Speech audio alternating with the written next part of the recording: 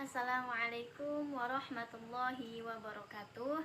Perkenalkan, nama saya Umamatul Bahiyah dari jurusan Pendidikan Bahasa Arab kelas 3A. Pada kesempatan kali ini saya ingin membahas tema kedua dari mata kuliah pengantar pembelajaran bahasa asing, yaitu dengan tema pemerolehan bahasa dan pembelajaran bahasa, kemudian kompetensi dan performansi.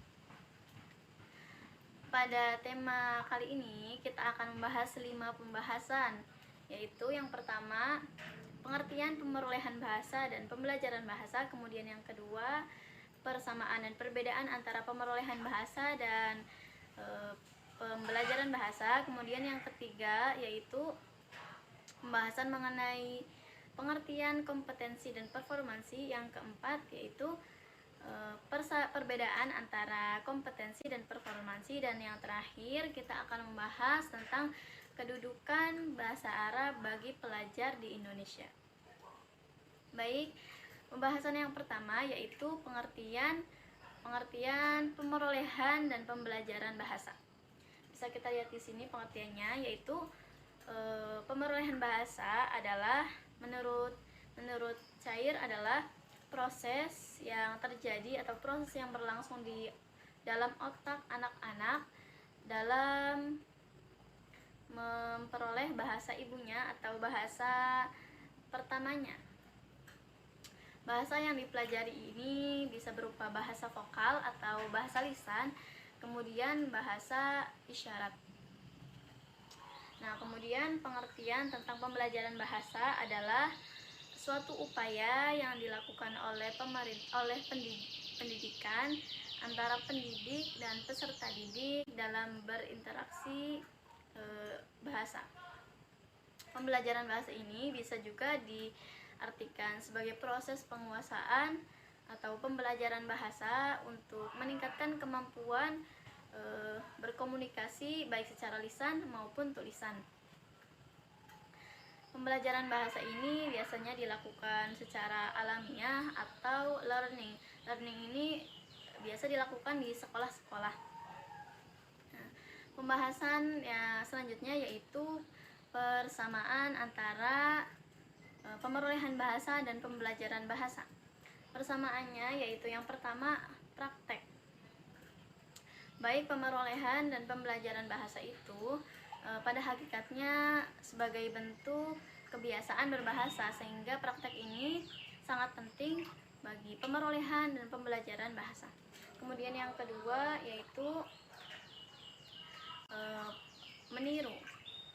Meniru di sini dari aspek suara, aspek metode atau lainnya dari seseorang model yang ditiru seperti guru atau orang tua dan penutur lainnya. Kemudian persamaan yang ketiga yaitu memahami atau al-fahmu. Secara normal seseorang biasanya memahami terlebih dahulu sebelum menggunakan bahasa, sehingga banyak sekali orang yang paham dengan bahasa tetapi tidak bisa menggunakannya. Persamaan selanjutnya yaitu runtun dalam keterampilan bahasa, dan yang terakhir yaitu kaidah-kaidah dalam bahasa. Kemudian kita beralih ke perbedaan antara pemerolehan bahasa dan pembelajaran bahasa. Perbedaan yang pertama yaitu perbedaan motivasi atau tujuan. Pemerolehan bahasa itu biasanya bertujuan sebagai dasar untuk berkomunikasi di lingkungan sekitar kita. Sedangkan pembelajaran bahasa dilakukan didasari oleh motif ekonomi, motif pendidikan dan lain sebagainya. Kemudian perbedaan yang kedua yaitu perbedaan lingkungan. Pemerolehan bahasa biasanya di lingkungan sekitar kita, di lingkungan daerah kita atau di lingkungan yang kita tinggali. Nah, sedangkan pembelajaran bahasa itu biasanya di lingkungan sekolah dan lainnya. Kemudian perbedaan selanjutnya yaitu Perbedaan model pemerolehan bahasa biasanya berkenaan dengan bahasa pertama, sedangkan pembelajaran bahasa itu biasanya berkenaan dengan bahasa kedua dan seterusnya. Kemudian perbedaan yang keempat yaitu perbedaan waktu. Pemerolehan bahasa biasanya terjadi ketika kita anak-anak, sedangkan pembelajaran bahasa dilakukan kapanpun. Nah, kita masuk kepada pembahasan yang selanjutnya yaitu pengertian kompetensi dan performansi. Apa sih kompetensi itu? Kompetensi adalah kemampuan atau kecakapan seorang pemakai bahasa dalam mengenai kaidah-kaidah bahasa, struktur bahasa, sistem bahasa, dan lainnya. Kemudian apa sih performansi itu? Jadi performansi adalah wujud nyata atau aktualisasi dari kompetensi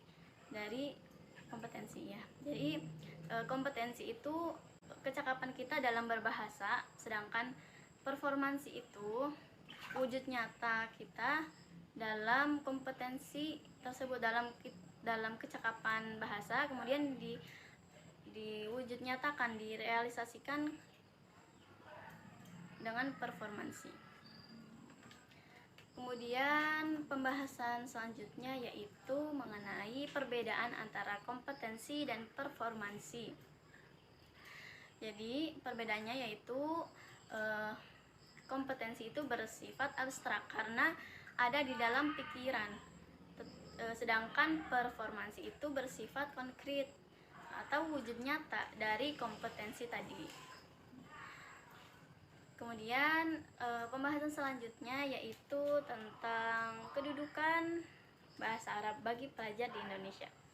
Selain menjadi bahasa asing di Indonesia, bahasa Arab juga berfungsi sebagai alat pembelajaran dan sebagai mata pelajaran ya di sekolah-sekolah tertentu, di sekolah-sekolah yang berbasis Islam tentunya, seperti madrasah ibtidaiyah, madrasah sanawiyah, madrasah aliyah, dan sekolah lainnya. Kemudian yang kedua, fungsinya itu sebagai bahasa kedua. Bahasa Arab ini biasanya dipelajari di sekolah-sekolah tertentu sehingga menjadi bahasa kedua bagi orang Indonesia. Kemudian yang ketiga yaitu sebagai alat pengembangan bahasa.